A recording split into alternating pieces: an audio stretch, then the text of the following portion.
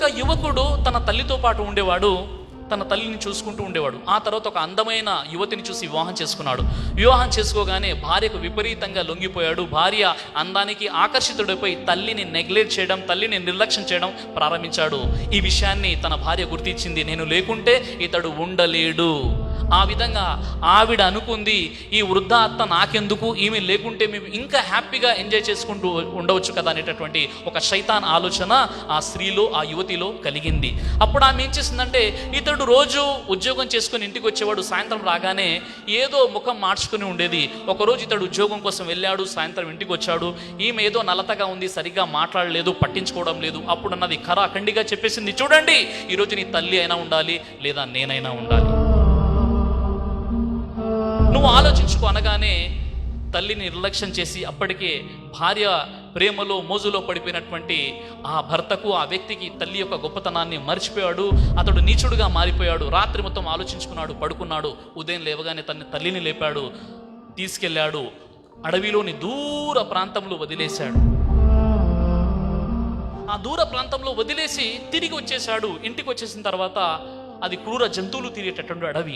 ఇంటికి వచ్చిన తర్వాత కొన్ని గంటలు అవుతున్నాయి, సాయంత్రం అవుతుంది, చీకటి పడడానికి కొద్ది సమయం మాత్రమే మిగిలి ఉంది. అతడు ఏం చేశాడంటే, నా తల్లి ఏం చేస్తుందో చూద్దామని మారువేషం వేసుకుని అడవికి వెళ్ళాడు. వెళ్ళగానే తన తల్లి అక్కడ కూర్చొని విపరీతంగా ఏడుస్తుంది.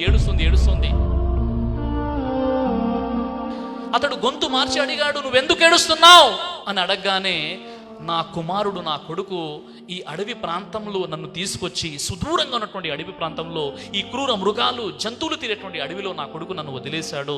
అతడు క్షేమంగా ఇంటికి చేరాడో లేదో, మార్గ మధ్యంలో జంతువులు ఏవైనా వేటాడాయేమో అని నేను భయపడుతున్నాను. నా కొడుకు క్షేమంగా చేరాడనే వార్త ఉంటే మీరు చెప్పండి, నేను ప్రశాంతంగా ఇక్కడే ఈ జంతువులకు బలైపోతాను, కానీ నా కొడుకు మాత్రం క్షేమంగా ఇంటికి చేరుకోవాలనేదే నా తపన అని ఆ తల్లి అంటుంది.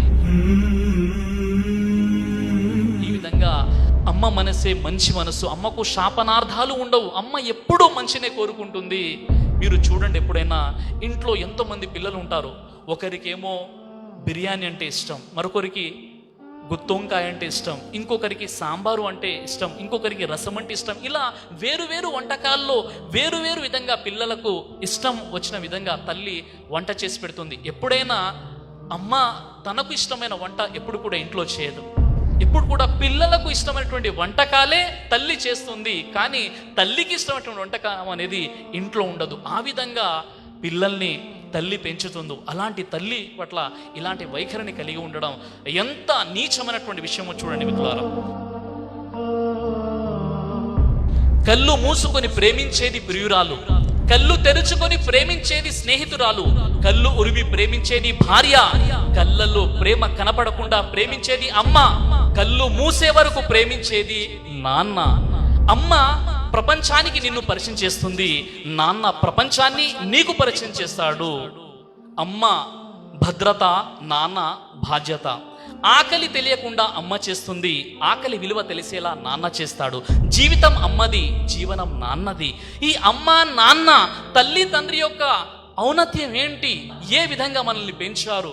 ఎప్పుడన్నా మీరు చూసి ఉంటారు, చిన్నప్పుడు జ్వరం వచ్చినప్పుడు వారి టెంపరేచర్ పెరగకుండా ఆ యొక్క తడి బట్ట తీసుకొని, ఆ తడిగుడ్డ తీసుకొని తల్లి లేదా తండ్రి ఆ పిల్లల్ని తీసుకొని రాత్రి మొత్తం కూడా ఆ టెంపరేచర్ ఎక్కువగా పెరగకుండా చూస్తూ ఉంటారు. వారు నిద్రని భంగపరుచుకుంటారు. తమ పిల్లల కోసం ఏ విధంగా వంతుల వారీగా, ఒకరోజు తండ్రి తన జ్వరంలో ఉన్నటువంటి కుమారుని కాపాడుకుంటే మరో రోజు తల్లి కాపాడుకుంటుంది. ఈ విధంగా గంటల తరబడి వారి యొక్క నిద్రను కూడా వారు త్యాగం చేసి, వారి ఆరోగ్యాన్ని త్యాగం చేసి, వారి యొక్క పిల్లలు ఏమైపోతారో అనేటటువంటి భావనతో వారు ఉంటారు. ఒకవేళ వారి పిల్లలకి ఏదైనా నష్టం కలిగితే వారు జీవితంలో సంపాదించిన సంపాదన అంతా కూడా పిల్లల కోసం, వారి ఆపరేషన్ కోసం, వారి జీవితం కోసం కేటాయిస్తారు. అలాంటి గొప్ప మనసు ఉన్నటువంటి వారే తల్లి తండ్రి. కాబట్టి ఎవరైనా మీ మంచి కోసం 100% నిష్కల్మషంగా, ఎలాంటి కల్మషం లేకుండా నిర్ద్వంద్వంగా మిమ్మల్ని ప్రేమించే వారి ప్రపంచంలో ఎవరైనా ఉన్నారంటే, మీ నిజమైనటువంటి బెస్ట్ ఫ్రెండ్ ఎవరైనా ఉన్నారంటే వారు మీ పేరెంట్స్.